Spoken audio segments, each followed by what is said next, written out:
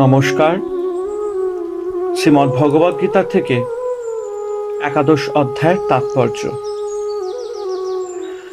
ভগবৎ কৃপায় অর্জুন যে দিব্য বিশ্বরূপ দর্শন করেছিলেন তা সকল মানুষের পক্ষে দেখা সম্ভব নয়, কিন্তু আদি অবতার রূপে প্রকটিত এই জগৎ সংসারকে শ্রদ্ধাপূর্বক ভগবানেরই রূপ মনে করতে পারলে প্রত্যেক ব্যক্তি বিশ্বরূপ দর্শন করতে পারে।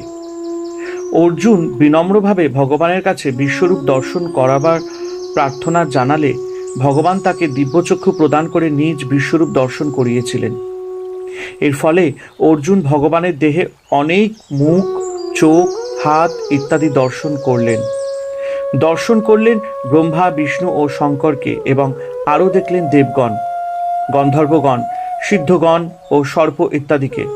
এছাড়াও অর্জুন বিশ্বরূপে দর্শন করলেন সৌম্য, উগ্র, অতুগ্র ইত্যাদি বিভিন্ন স্তর।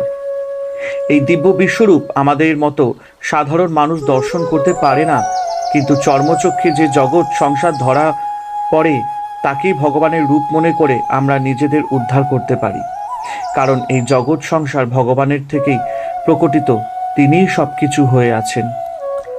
হরে কৃষ্ণ কৃষ্ণ কৃষ্ণ হরে হরে, হরে রাম রাম রাম হরে হরে।